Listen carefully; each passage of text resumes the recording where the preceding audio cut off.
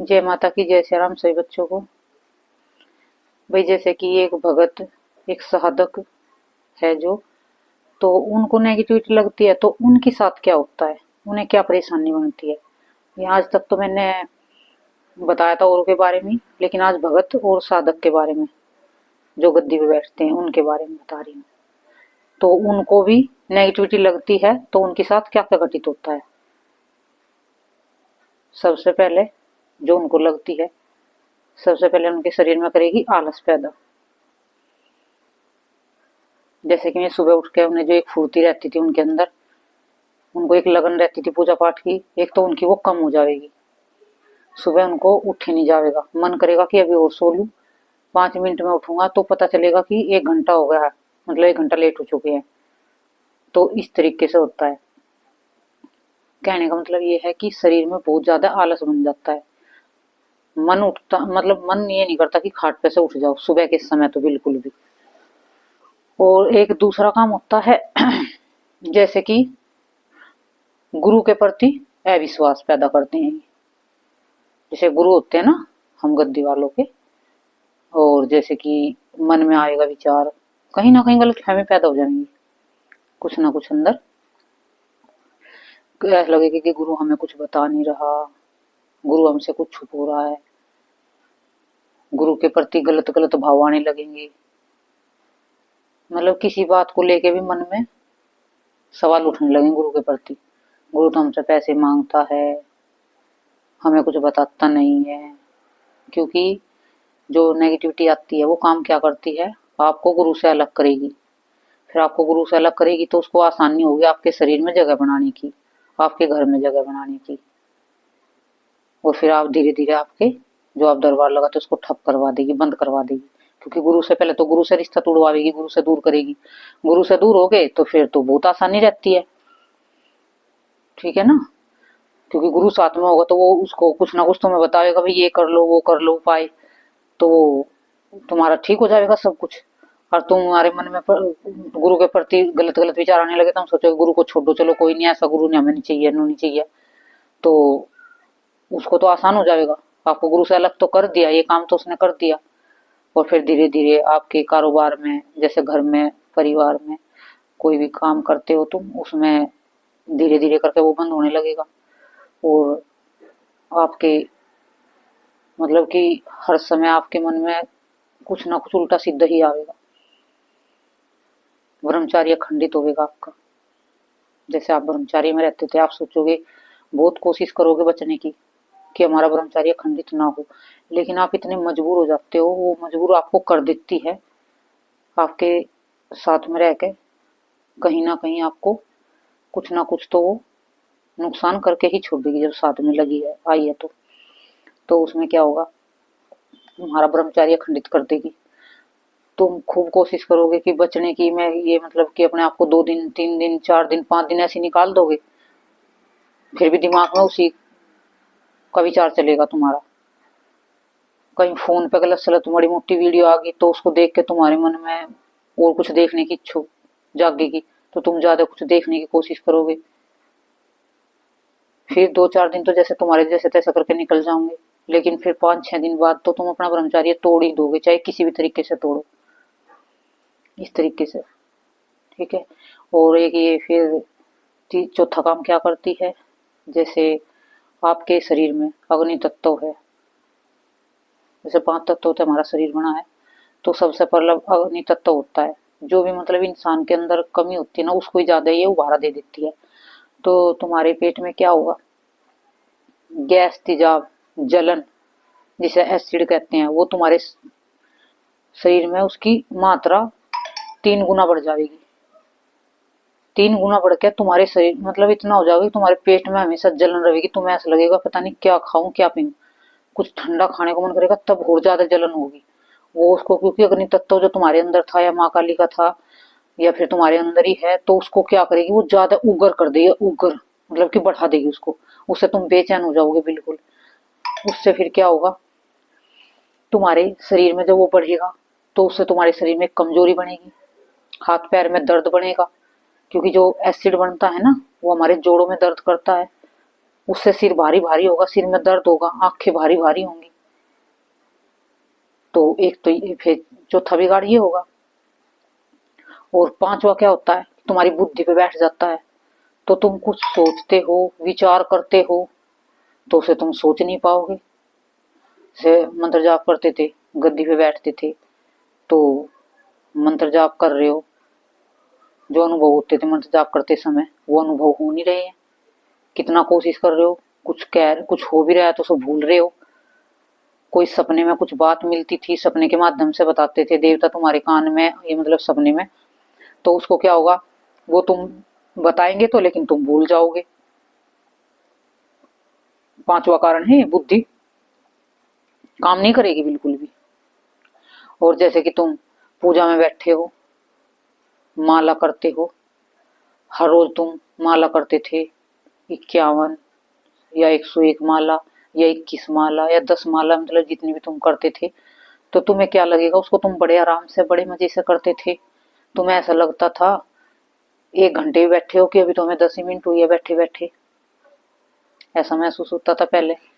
और फिर क्या होगा, जब तुम्हें वो चीज परेशान करेगी तो तुम्हें ऐसा लगेगा कि आज तो मुझे इतनी देर हो गई, माला पूरी क्यों नहीं हो रही है।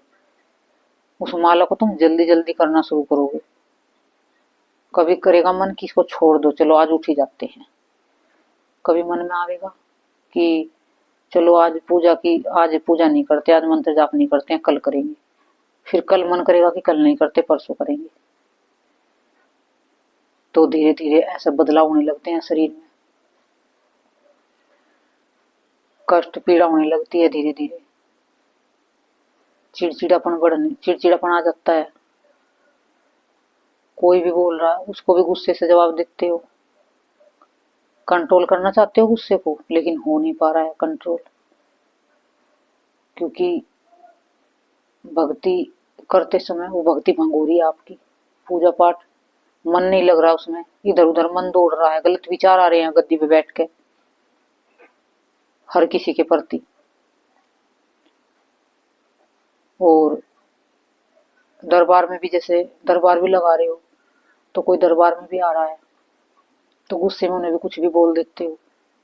कभी इतना गुस्सा हो जाएगा, आप ये नहीं सोचोगे कि ये कह क्या रहे हो तुम, कभी कभी गलत भी बोल दोगे, जो बोलने लायक नहीं है गद्दी पे बैठ के उसको भी बोल दोगे। और बुज्जा में भी कहीं गड़बड़ होगी, कुछ ना कुछ, कुछ बातें झूठी होंगी, कुछ सच्ची होंगी। और जैसे कि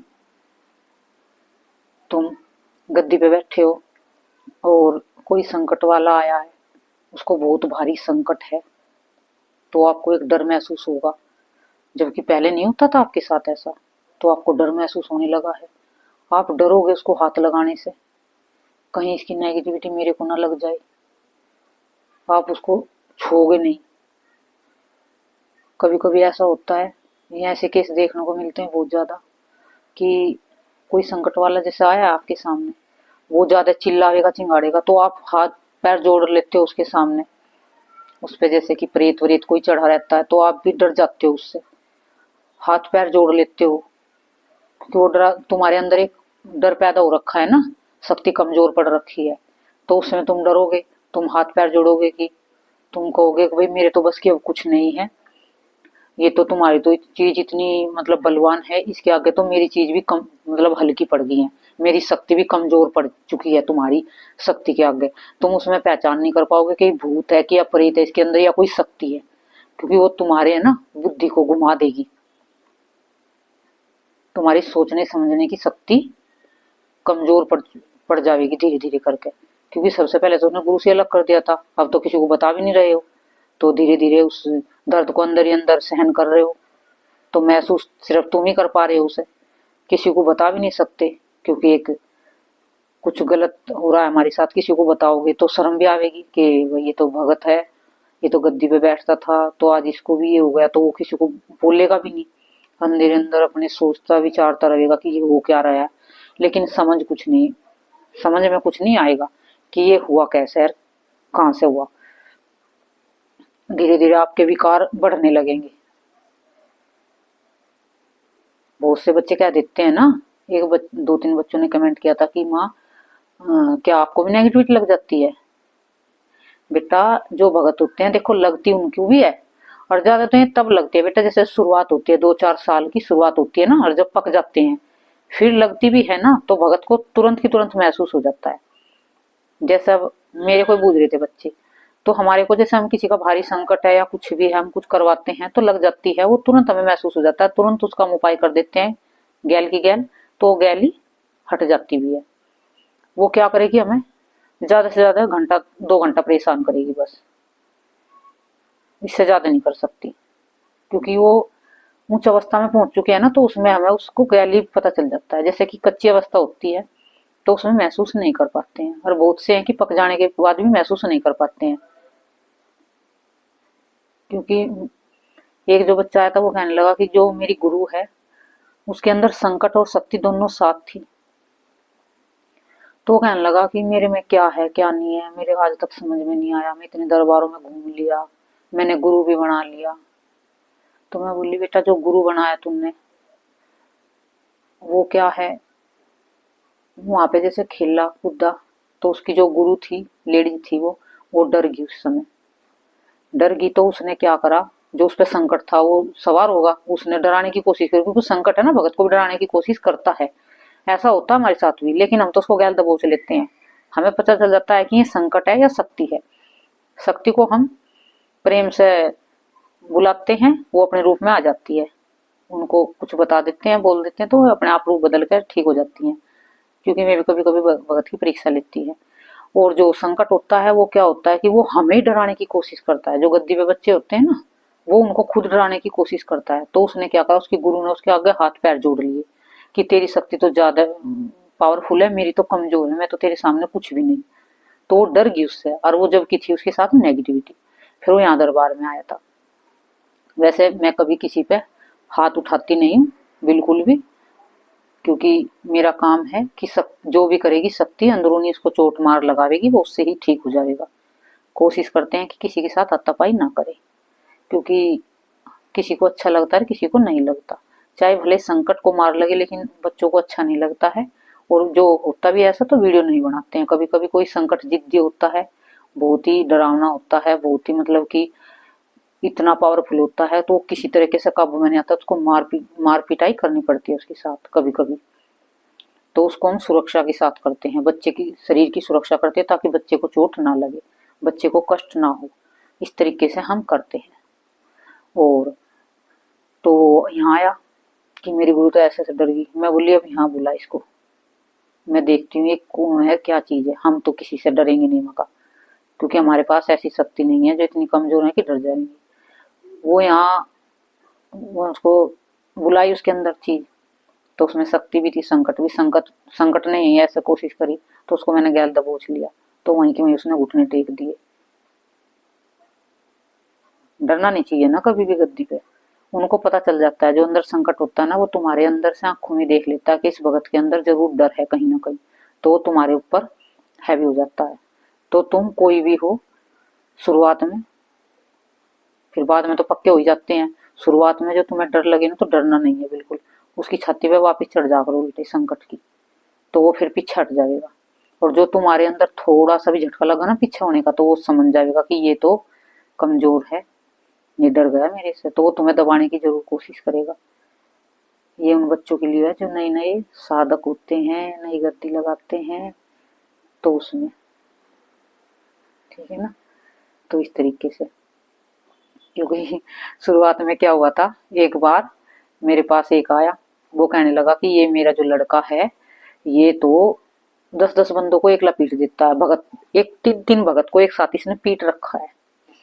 तो देखो शुरुआत की गद्दी थी, पहला पहला दूसरा ही मतलब 2-4 दिन हुए थे।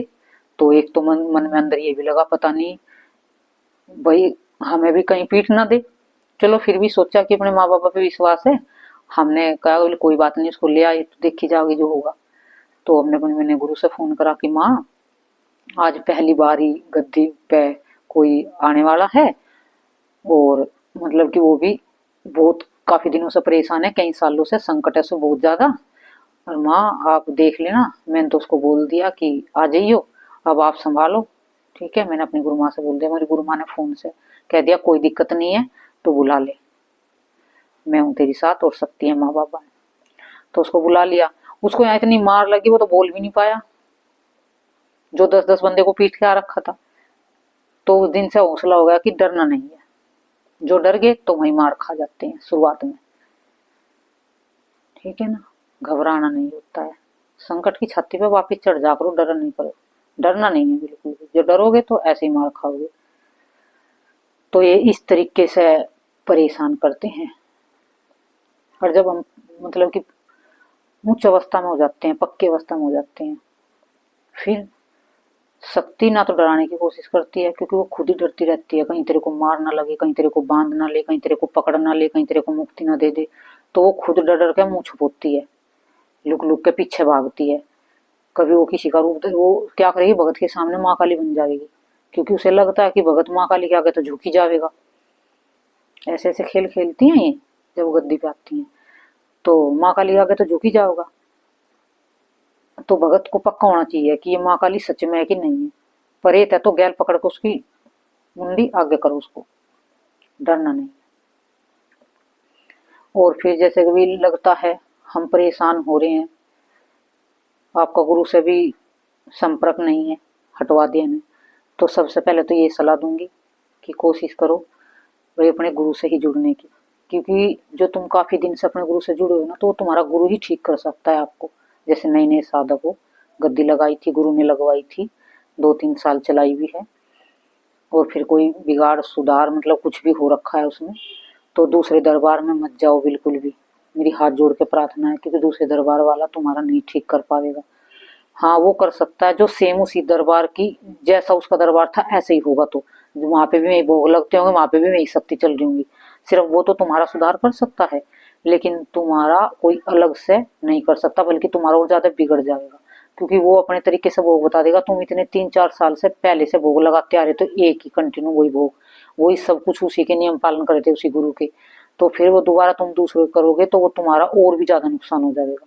तो सबसे पहले तो मेरी ये प्रार्थना है कि तुम्हारे साथ ऐसा हुआ भी है किसी के साथ, क्योंकि बहुत के साथ होता है ऐसा। मेरे साथ यहाँ पे कई बच्चे आए हैं मेरे पास में, मतलब तो उनको मैंने क्या कहा है, सलाह यही दी है कि भाई देखो तुम अपने गुरु के पास जाओ, क्योंकि उनका जो भोग था वो मेरे से बिल्कुल अलग था। तो मैं अब उसको यहाँ चलाती नए तरीके से मंत्र देती, तो वो उनको फिर से इतनी मेहनत करनी पड़ती, और वो पहले से भी वहाँ जो गुरु की शक्ति जुड़ी थी, मैं नाराज हो रखी थी मुझसे। तो भाई सबसे पहले तो ये है कि अपने गुरु के पास जाओ, अपनी शक्तियों का भोग लगाओ वहीं जाके जहाँ से तुम्हारी शक्ति गद्दी चली थी, वहां पे उन्हें भोग हलवा जो भी तुम्हारे वहां लगता हो गुरु जी के वहां, कपड़े वस्त्र जो भी है पहले तुम वहां उसको दो, ताकि मैं वहां की शक्ति तुम पे प्रसन्न हो जाए। और फिर अपने गुरु को भी अपनी गलती मान के उनको, हम किसी कारण से मन हमारा ऐसे खराब होगा था, हमारा विश्वास डगमगाता था, हमारी गलती है, तो आप ऐसे ऐसा माफी मांगने से कोई छूटा नहीं हो जाता है। ठीक है ना, झुकता वही है जिस पे फल लगते हैं पेड़ पे, और जिस पे कुछ नहीं लगता वो तो सीधा खड़ा रहता है। अकड़ मतलब अकड़ होती है मुर्दे की पहचान। तो गुरु के आगे झुक जाने में कोई डर नहीं है, माफी मांगने में। ये मत समझो कि तुम गुरु से बड़े हो गए हो, या तुम कितना ही ज्ञान प्राप्त कर लिया, कितना ही कुछ हो गया तुम्हारे पास, लेकिन रहोगे गुरु से छोटे ही। जब तक गुरु के चरणों में रहोगे सुरक्षित हो। जब तक जब अपने आप बड़ा बनने की कोशिश करोगे, उड़ने की कोशिश करोगे, तभी तुम्हारे पर कटने लगते हैं धीरे धीरे, फिर एकदम धड़ाम से धरती में गिरते और मुंह लगता है, चोट बहुत ज्यादा लगती है। ठीक है ना, तो गुरु की सुरक्षा में रहना बहुत जरूरी होता है।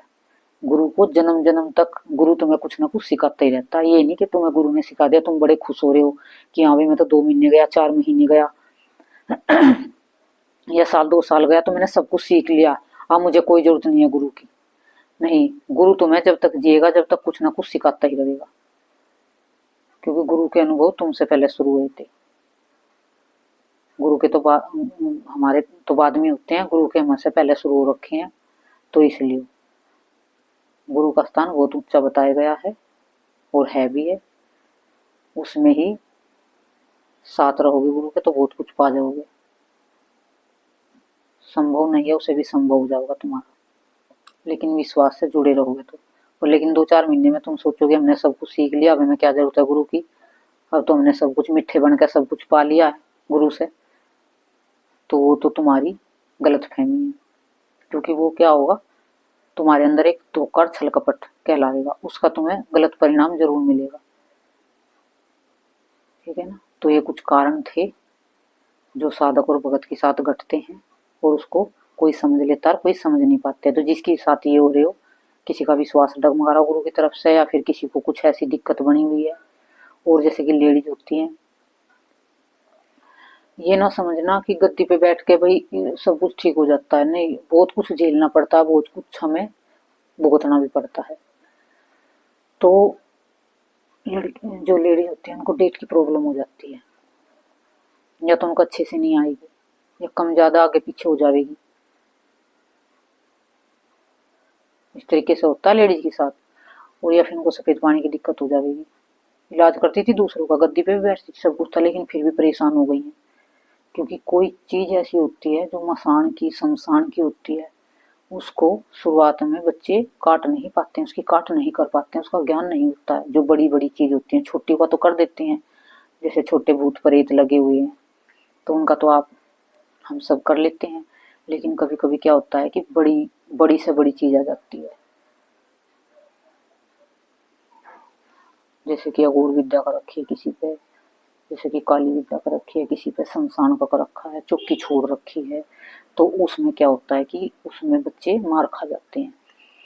तो वहां पे लेडीज को ये दिक्कत बढ़ने लगेगी धीरे धीरे, उसको जो ये नीचे का हिस्सा है, जो पेट से नीचे है, उसमें दुखन बनेगी, अकड़न हो जाएगी, जकड़न हो जाएगी, बैठते उठते बैठते दर्द बनेगा। ठीक है ना, इस तरीके से होगा।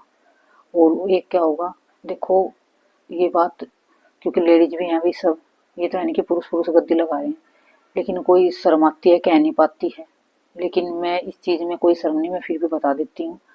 तो जब वो उनके साथ ये भी एक चीज और होती है लेडी के साथ, कि उनकी जो चेस्ट छाती होती है वो बहुत ज्यादा भारी और अकड़ जाती है, कि ऐसी हो जाती है कि उसको हाथ भी लगा देते हैं तो उसको इतनी दुखन होती है कि उसकी मन करता है कि चिल्ली मार दो।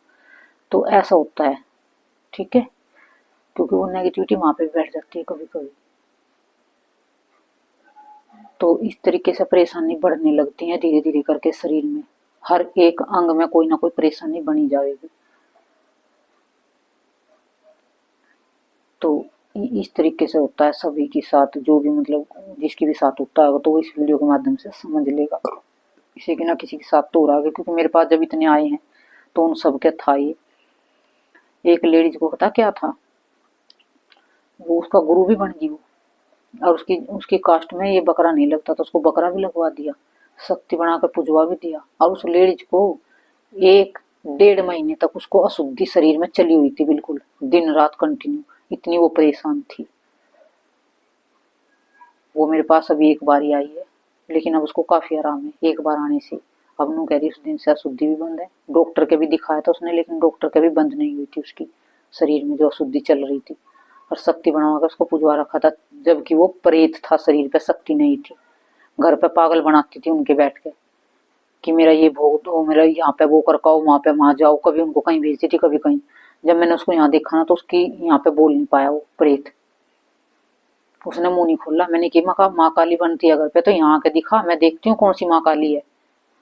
माँ काली है तो कभी मुंह नहीं छुपोवेगी अपना, माँ तो बच्चों के सामने एकदम प्रकट हो जाएगी, ममतामयी करुणामयी है माँ तो वो तो प्रेत था, वो तो प्रेत नीचे मुंडी कर रहा था, ऊपर को लखाने की हिम्मत नहीं थी उस प्रेत की। लेकिन ऐसा ही होता है, लेकिन समझना होता है हम सबको। जैसे भी हमारे शरीर के साथ ये कुछ होने लगे, जो गद्दी पे बैठे हैं बच्चे नए नए, और गुरु से पूरा ज्ञान पाया नहीं है, तो उनके साथ कुछ ऐसा होने लगे तो समझ लेना कि तुम्हारे साथ कुछ गड़बड़ हो चुकी है, कि कहीं से कोई आया था, उसका कोई संकट भारी था, वो तुम्हारे ऊपर सवार हो चुका है कहीं ना कहीं हल्का फुल्का। तो इस तरीके से बदलाव आने लगते हैं भगत के भी शरीर में। तो ऐसे सावधान रहना जरूरी है। तभी तो कह रही हूँ गुरु होता है, गुरु तो हम चेक करा लेते हैं, गुरु को हम बोल देंगे, जैसे गुरु है भी हमारे, कोई दिक्कत भी बनी है शरीर में तो हम गुरु से कहेंगे कि गुरु जी हमें ऐसे ऐसे दिक्कत बनी है, तो गुरु तो एकदम ध्यान करेगा बच्चों का, तो समझ जाएगा कि क्या चीज है, तो गुरु तो उसको पल में हटा देगा, चुटकी बजा के वहीं पे बैठे बैठे अपनी गद्दी पे।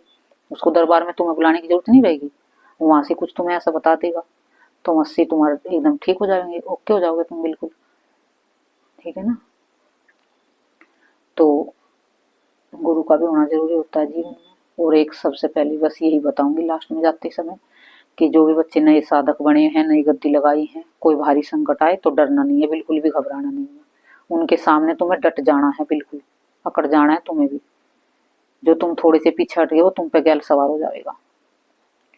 तुम अपने अंदर के एक डर नहीं बनाना। बच्चा ना पहले से पहले घबराने लगता है, अंदर उसके एक डर डर हो जाता है कि कहीं ये मेरे को ना वो हो जाए कुछ। तो ऐसा डरना नहीं है, अपने आप को पक्का बनाओ, बिल्कुल दिलदार। इन चीजों का सामना करना पड़ेगा गद्दी पे बैठे हो तो, कि भारी से भारी संकट आता है। ये नहीं कि सोचोगे तुम छोटे छोटे, कभी कभी ऐसा संकट आ जाओगा कि धरती इधर से उधर कर देता है, ऐसी ऐसी छलांग मारता है, ऐसी ऐसी बुरी हालत कर देता है। ठीक है ना। तो इनका सामना करना सीखो, डटना सीखो इनके आगे, और अपने नियम पालन परहेज अच्छे से करते रहो। ठीक है। जय माता की, जय सिया राम।